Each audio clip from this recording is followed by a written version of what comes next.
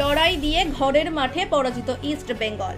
চলতি আইএসএল ফের ঘরের মাঠে পরাজয়ের মুখ দেখতে হলো অস্কার ব্রুজের ছেলেদের। সল্টলেক স্টেডিয়ামে এদিন তাদের পরাজিত করল গত বছরের জয়ী দল মুম্বাই সিটি এফসি।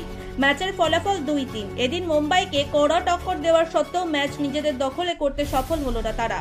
জোড়া গোল হজম করতে সমতা ফিরিয়ে ম্যাচ বাঁচাতে পারল না তারা। একেবারেই অন্তিম লগ্নে মুম্বাইয়ের গোল ফিরিয়ে দিল গোটা ম্যাচের চিত্র। এদিন শুরু থেকে আক্রমণ করতে থাকে ইস্ট বেঙ্গল, তবে তাদের ভেদ করতে পারেনি মুম্বাইয়ের রক্ষণ ভাগ। তবে 39 মিনিটের মাথায় সুযোগের সদ্ব্যবহার করেন ছাঙ্গোতে, গোল করে এগিয়ে দেন অতিথিদের। পরবর্তী গোলটি আসে 43 মিনিটের মাথায়, একেবারেই গোলদাতা কেরোলিস। যদিও লাল হলুদ বাহিনীর কাছে একাধিক সুযোগ আসে গোল করার, কিন্তু সেগুলি তারা গোলে পরিণত করতে পারেননি।